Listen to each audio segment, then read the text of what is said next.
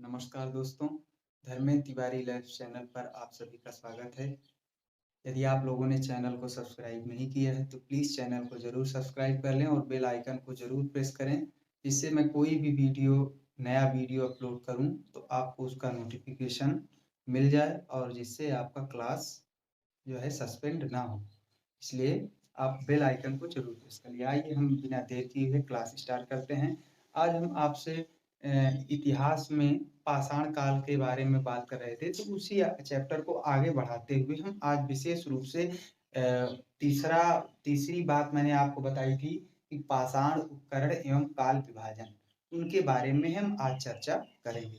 तो पाषाण उपकरण और काल विभाजन जो है, इसमें क्या होता है, पाषाण काल में मानव जो है विभिन्न प्रकार के औजारों का क्या किया करते थे, किया करते थे। और उन्हीं औजारों के विभिन्न प्रकार के औजारों की आकार, बनावट, संरचना के आधार पर पाषाण काल को कई कालखंडों में विभाजित किया। कई कालखंडों में मुख्यतः 3 कालखंडों में विभाजित किया गया है। तो अर्थात हम क्या कहेंगे, मानव अपने विकास के दौरान विभिन्न प्रकार के औजारों का प्रयोग किया करते थे और कैसे संरचना, बनावट, आकार, प्रकार के आधार पर वो विभिन्न प्रकार के औजारों का प्रयोग किया करते थे और उन्हीं के आकार, प्रकार, बनावट, संरचना के आधार पर पाषाण काल को 3 कालों में क्या किया गया है, विभाजन किया गया है और उन्हीं का हम अध्ययन इसमें करते हैं। तो सर्वप्रथम हम बात कर लेते हैं, आपसे बात किए थे कि विश्व के संदर्भ में पाषाण काल जो माना जाता है वो 20 लाख से 3000 बीसी तक माना जाता है। अर्थात 20 लाख ईसा पूर्व पहले से लेकर 10,000 ईसा पूर्व तक के समय को हम पाषाण काल में पढ़ते हैं। और पाषाण काल को कौन-कौन से काल में विभाजित किया गया है? पहला पूरा पाषाण काल, दूसरा मध्य पाषाण काल, तीसरा उत्तर पाषाण काल या नव पाषाण काल।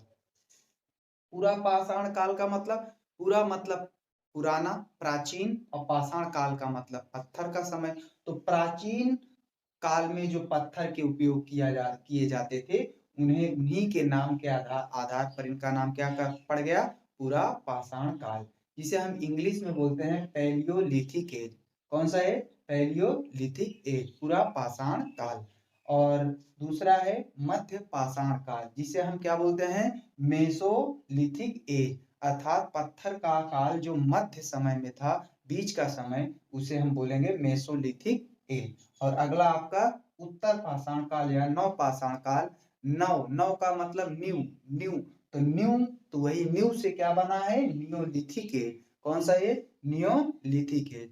अब जो मानव था वो 20 लाख, पूरा पाषाण काल में मानव 20 लाख से 10,000 ईसा पूर्व तक जो है अध्ययन जो हुआ पूरा पाषाण काल का, कब से कब तक? 20 लाख से 10,000 ईसा पूर्व तक।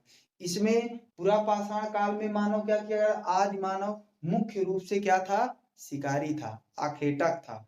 तो पूरा पाषाण काल में मानव मुख्य रूप से क्या था? शिकारी था, आखेटक था, अर्थात वो जानवरों का क्या किया करता था? शिकार किया करता था। दूसरा, पूरा पाषाण काल में मानव खाना बदोश था। खाना का मतलब भोजन और बदोश का मतलब बंदोबस्त करना। तो खाना बदोश अर्थात मानव भोजन को क्या करता था? संग्रहित करता था, संग्रह करता था। खाद्य संग्रह करता अर्थात भोजन को संग्रहित करता था।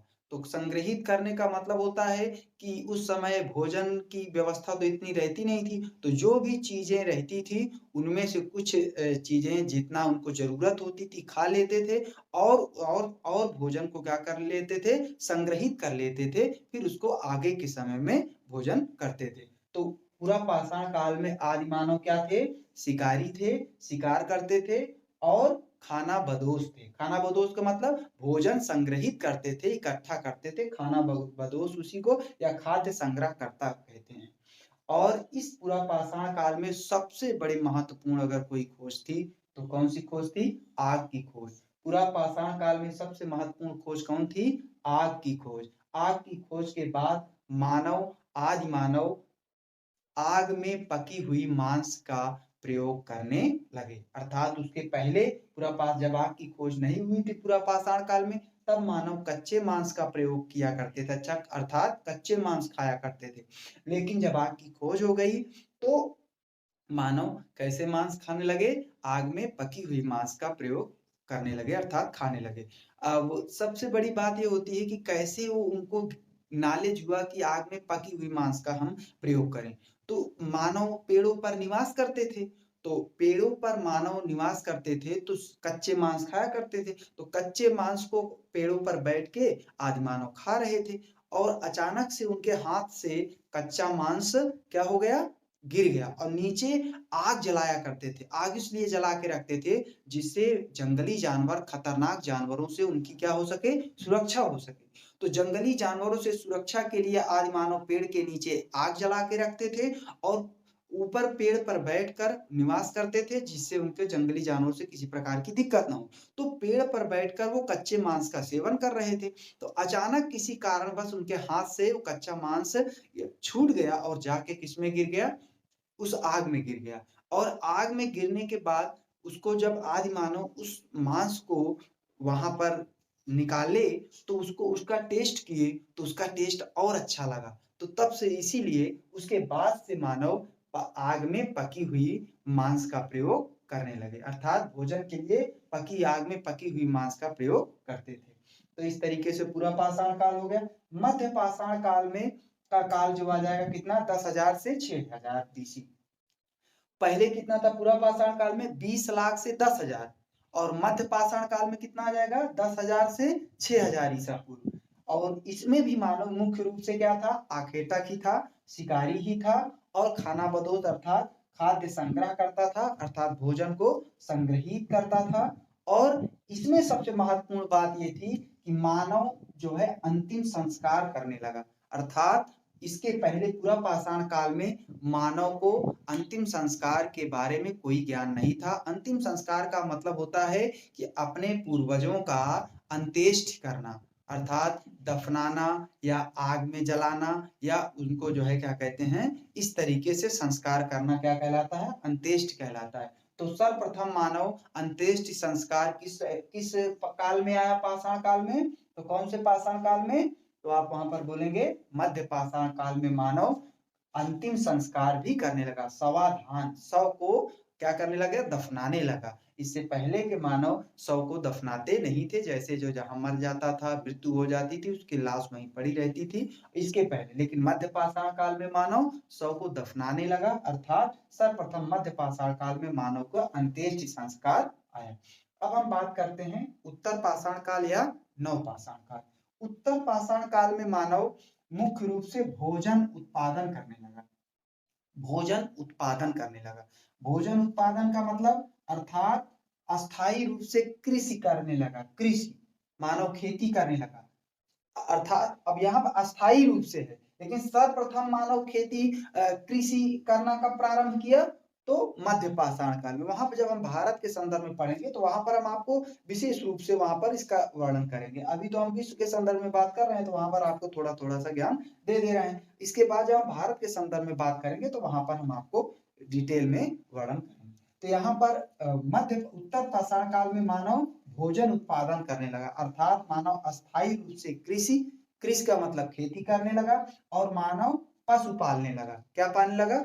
पशु पालने लगा। मानव पशु पालने लगा अर्थात मानव अगर हम बात करें मानव सर्वप्रथम पशुपालन जो है सर्वप्रथम कौन से काल में किया? तो वहां पर मध्य पाषाण काल आएगा।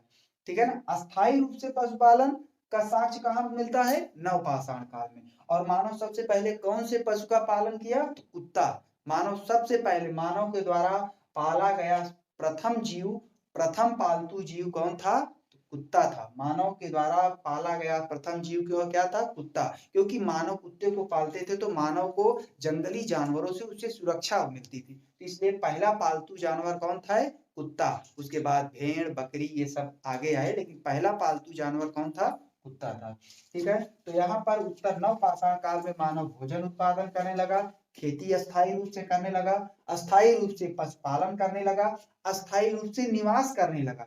इसके पहले मानव निवास नहीं, एक स्थान से जाकर दूसरे स्थान पर, फिर जहां उनको जैसे खेती नहीं करते थे तो उनको एक अस्थायी निवास की जरूरत नहीं थी, तो मानव एक स्थान से दूसरे स्थान पर जाते थे भोजन की तलाश में या पानी की तलाश में, नदियों के किनारे बसते थे जिससे उनका पानी की भी पूर्ति हो जाए और भोजन की भी पूर्ति हो जाए। नदियों के आसपास बढ़िया पेड़ पौधे वृक्ष होते हैं तो वहां पर फल फूल भी मिल जाता था, कंद मूल फल खाते थे। और बाद में उत्तर पाषाण काल में जब खेती करने लगे तो उनको वहां रुकना पड़ेगा, तो रुकने के लिए वो अस्थायी निवास बना लिए, घर बनाकर रहने लगे। और इसके पहले मानव घर बनाकर नहीं रहते थे, ये बंजारे की तरह रहते थे, यायावर की तरह एक स्थान पे जाते थे दूसरे स्थान पर रहते, फिर वहां से दूसरे स्थान से तीसरे स्थान पर। लेकिन उत्तर पाषाण काल या नव पाषाण काल में मानव घर बनाकर रहने लगा, अस्थायी निवास करने लगे, घास फूस के घर बनाने लगे और मिट्टी के बर्तन प्रयोग करने लगे। मृद भांड, मृद मतलब होता है मिट्टी और भांड मतलब बर्तन। तो कहावत में लोग कहते नहीं कि आपका भांडा फूट गया, भांडा का मतलब क्या हो गया, बर्तन। तो मृद का मतलब मिट्टी और भांड मतलब बर्तन, तो मृद भांड अर्थात उत्तर पाषाण काल या नव पाषाण काल में मानव मिट्टी के बर्तन प्रयोग किया करते थे। सर्वप्रथम मिट्टी के बर्तन का प्रयोग उत्तर पाषाण काल में मानव प्रयोग किया। अस्थायी निवास करने लगे तो भोजन की व्यवस्था करेंगे, तो भोजन खाने के लिए तो बर्तन की जरूरत पड़ेगी, तो बर्तन का। और मानव ने सर्वप्रथम नव पाषाण काल में ही मनके की खोज किया, घड़ा, घड़ा जिसमें घड़े में पानी पीते हैं गर्मी में, जब ज्यादा गर्मी हो जाती है तो घड़े में पानी भरते हैं तो ठंडा होता है, तो मनके की प्रयोग मानव नव पाषाण काल में किया। और नव पाषाण काल की सबसे महत्वपूर्ण खोज क्या थी, पहिए की खोज, पहिया। इसके पहले पहिए की खोज नहीं हुई थी, तो यही पहिए की खोज जो है आज संसार में, विश्व में बदलाव लाया। अर्थात नव पाषाण काल में सबसे महत्वपूर्ण खोज क्या थी, पहिया। मध्य पाषाण काल में सबसे महत्वपूर्ण खोज क्या थी, अंतिम संस्कार। और पूरा पाषाण काल में सबसे महत्वपूर्ण खोज क्या थी, आग की खोज। ये तीनों आपको नहीं भूलना है।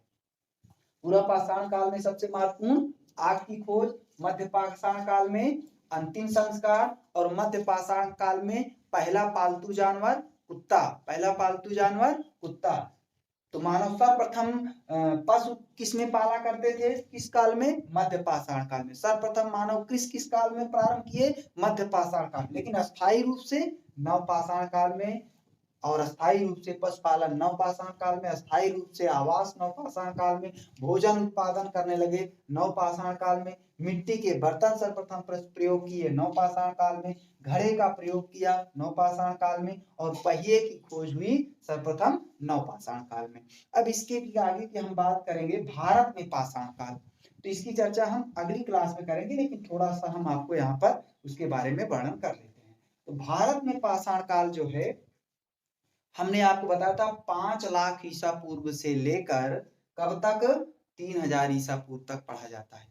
भारत में पाषाण काल 5 लाख ईसा पूर्व से लेकर कब तक, 3000। अब आपके मन में विचार आ रहा होगा कि 5 लाख ईसा पूर्व से भारत में ऐसा क्यों, क्योंकि मानव सर्वप्रथम, हमने आपको बताया था कि सर्वप्रथम मानव जाति कहाँ पाई गई, अफ्रीका में। इसके पहले पूरे विश्व में कहीं भी मानव नहीं था, तो मानव जाति सर्वप्रथम कहाँ पाई गई, अफ्रीका में।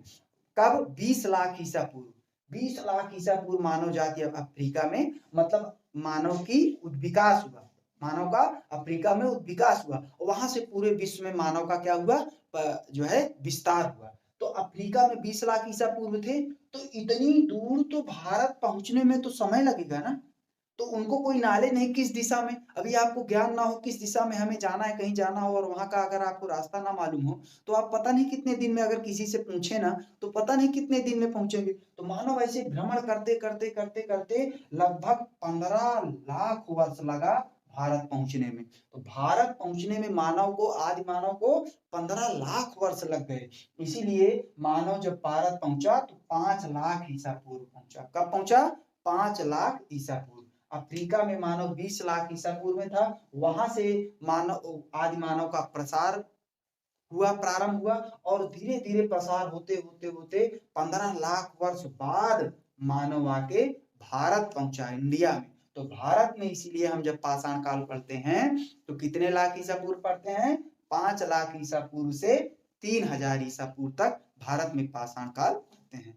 तो अगर आप लोग को वीडियो पसंद आया हो तो प्लीज चैनल को सब्सक्राइब कर लीजिएगा और बेल आइकन को जरूर दबा लीजिएगा। धन्यवाद।